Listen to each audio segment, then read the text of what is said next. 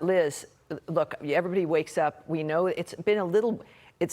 Every day you just don't know what you're going to face with Biden and Harris and this chaos and Trump's return. You see a market that has gone up extraordinarily. Gold goes up, and then the next thing you do, you turn around. We're waiting for war in the Middle East.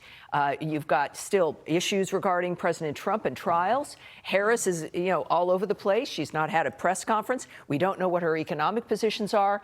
What's your take on this landscape at this point? Well, I think there is a tremendous amount of uncertainty, and I think that shows up partly in consumer sentiment. I think one of the things that people have sort of ignored for 3.5 years, consumer sentiment, almost from when Joe Biden took office, has been lower than normal, certainly way lower than it was during Donald Trump's time in office. So why is that?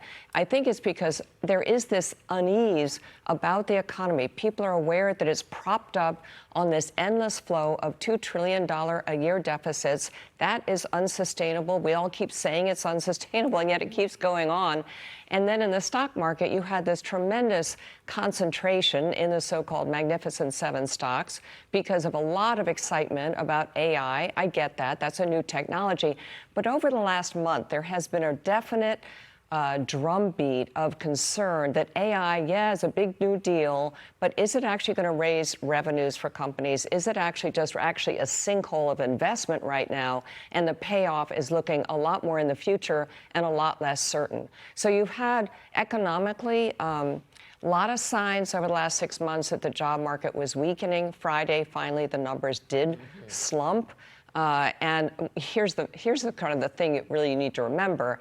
In every recession, this so-called half a basis point or half a percentage point increase in unemployment, the so-called SOM rule, which leads to recession, all you have to know is that in every recession, going back several, unemployment ticks up and then it actually accelerates. I mean, it's sort of like you add jobs, jobs get smaller, and then all of a sudden it's off a cliff because companies realize, and today this would be the case, that they don't need to harbor or harvest sort of labor any longer. They don't have to keep people on that they don't need. And this was the Fed's work. This is what they wanted to have happen, and they've accomplished their goal today. Obviously, the markets don't like that, but so much like Biden, Kamala Harris, she's the perfect empty suit candidate for the Democrats, Liz.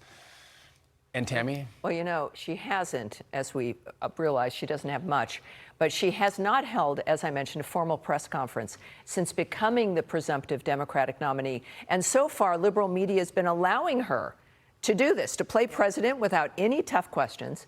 Maybe they're afraid of exposing more moments like these. Take a look at this. No longer are you necessarily keeping those private files in some file cabinet that's locked in the basement of the house. It's on your laptop, and it's then, therefore, up here in this cloud that exists above us. What else are you going to do to fix this problem with inflation? Well, let's start with this.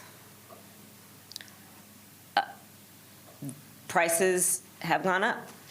That bread costs more, the gas costs more. And we have to understand what that means. That's about the cost of living going up.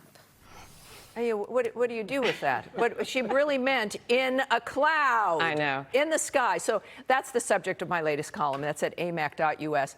Technologically clueless. The risks of Kamala Harris's misunderstanding. Well, that's obviously why she's not doing any press conference. She's not taking any serious questions.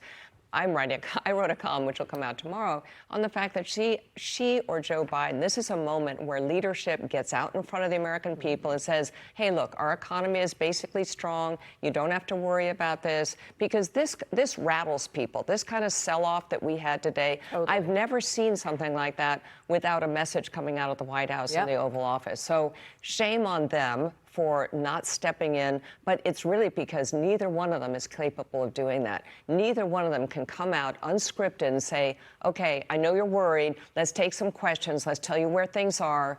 They can't do it. When you're weak, you hide. When you're strong, you come out and it's address the problems that people face. It's so horrible to be in this situation. No doubt about that. Let's move on to this.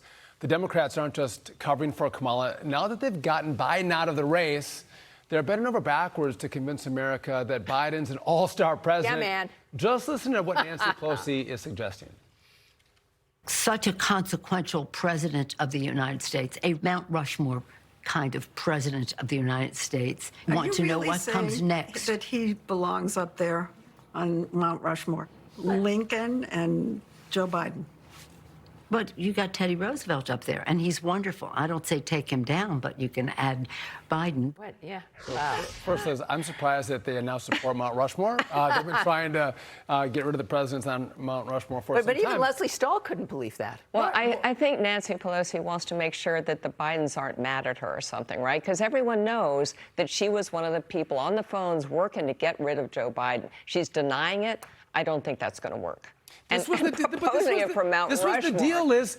Joe Biden gets out of the race, and they're going to celebrate him as an amazing president. But stay in, they're going to destroy him. But listen, here's the real thing. He should not be president right now. He should not be president. And we have several more months to go, and things are blowing up around the world. He is not capable of being president, and the problem is neither is she. No doubt. Liz Peek, always a pleasure to see you. Thank you for having me, always. Boy, we've got some troubles. Great.